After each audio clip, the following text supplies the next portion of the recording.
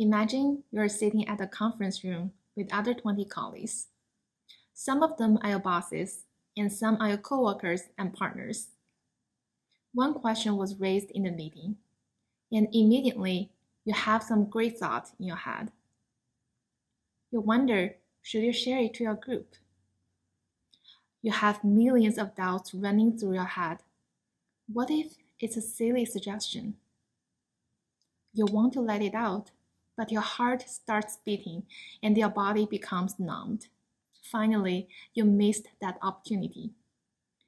Clearly, something is holding you back. That is imposter syndrome. Today, let's talk about imposter syndrome, the consequence of imposter syndrome, and how we can live with it. I'd like to put a notice upfront that I'm not a licensed therapist. I'm a software engineer working in tech. I'm just really passionate about personal well-being and mental health in Workspace. So I'd like to share some of my thoughts on this topic. First of all, imposter syndrome is not a mental disease. Every human being must experience it some point in their life. It's a thinking pattern to doubt our own skills, competencies, talents, and accomplishments.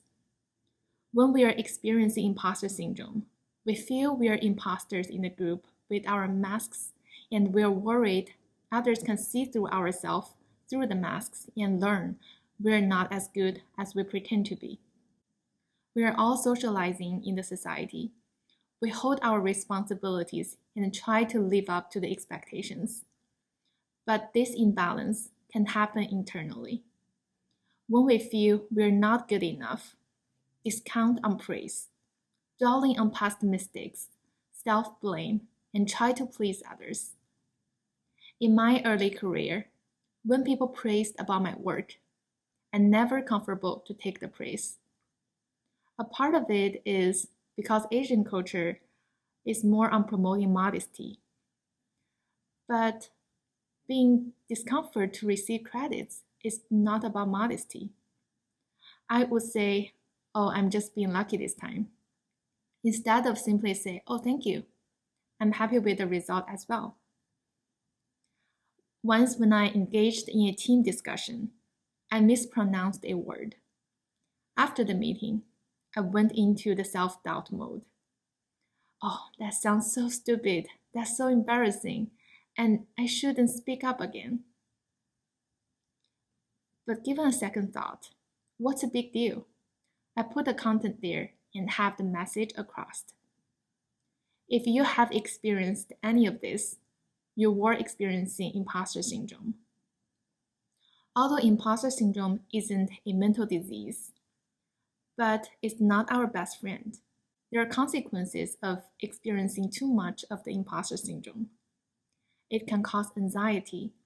Negative self-talk can really damage our confidence, and eventually it can lead you to miss out on the opportunities down the road. Now, some of you probably want to know, how should we overcome the imposter syndrome? My experience from the past few years taught me that I can't overcome it, but I can choose to live with it. I think the most important first step is to learn to call it out. When the imposter is in charge, call it out, note your thoughts and thinking pattern. Secondly, is pay attention on the physical reactions. In some circumstances, the imposter syndrome always comes with some special physical behaviors. For example, I used to bite my lips and have my eyes looking down when I experienced imposter syndrome in public. When this happened, ease away the physical actions can remind me it's all okay. I'm safe to be myself here. The last step is also what I felt helped me the most, is to expose my vulnerabilities. I believe human beings are vulnerable, no matter what gender you are. We all have feelings, and it's okay that our feelings can get hurt. We don't have to present ourselves as a robot to be productive or professional at work. So I have no problem to open up and talk about my discomfort when I experienced it. I also feel so trusted when my coworkers or friends open up and share their feelings to me. By having that bonding, I feel empowered. Also, it reminds me that I'm not alone. Everyone has their struggles. Not all the people around you have everything figured out as you think they are. So keep up. You are already good enough to live in this beautiful world. So to you, my friend in front of the screen, I just want to simply remind you, you are just as beautiful, talented, and competent as you think you are. Let's be patient. Listen to our inner talk. Be friend with our little imposters. I'm Hannah. See you in the next video.